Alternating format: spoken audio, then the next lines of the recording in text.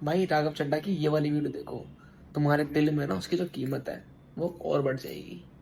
Sir, I demand in this August House to make paternity leave a legal right in India. Sir, हमारे देश में जब बच्चे का जन्म होता है तो बधाइयां माँ बाप दोनों को मिलती हैं, लेकिन जिम्मेदारी पूरी तरीके से माँ यानी कि मदर के हिस्से में डाल दी जाती है और हमारा सिस्टम केवल मैटरनिटी लीव को मान्यता देता है, रिकॉग्नाइज करता है। ये एक सोसाइटल फेलियर है जिसे हमारे लॉज रीइंफोर्स कर रहे हैं। सर, कानून समाज का आईना होता है और जब कानून में फादर यानी पिता की केयर गिविंग रिस्पॉन्सिबिलिटीज को मान्यता नहीं दी जाती है तो हम इंस्टीट्यूशनली ये संदेश दे रहे हैं कि पेरेंटिंग केवल मां की जिम्मेदारी, it is only and only the mother's job. मैं ये मांग करता हूं कि पेटर्निटी लीव को लीगल राइट के रूप में मान्यता दी जाए। केयर गिविंग सिर्फ मां की जिम्मेदारी नहीं मानकर जेंडर डिवाइड को और गहरा नहीं किया जाना चाहिए। अब इसे बदलने का समय आ गया है। सर, एक मां 9 महीने तक बच्चे को पेट में पालती है व्हेन शी इज प्रेग्नेंट, फिर नॉर्मल डिलीवरी या सिजेरियन जैसी मुश्किल प्रोसीजर से गुजरती है। उसे मेडिकल केयर, दवाइयों के साथ साथ अपने हस्बैंड की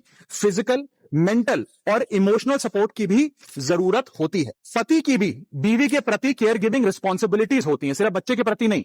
और ऐसे समय में हस्बैंड की प्रेजेंस कोई लग्जरी नहीं सर, बल्कि एक नेसेसिटी है। आज केवल सेंट्रल गवर्नमेंट एम्प्लॉइज को ही 15 दिन का पैटर्निटी लीव मिलता है, जबकि प्राइवेट सेक्टर में ये राइट या अधिकार है ही नहीं। स्वीडन, आइसलैंड और जापान जैसे देशों में ये लीगल राइट 90 दिन से लेकर 52 हफ्तों तक की एक गारंटीड राइट के तौर पे दिया जाता है। भारत में 90% वर्कफोर्स प्राइवेट सेक्टर में है, यानी कि अधिकांश पिताओं के पास ये अधिकार है ही नहीं।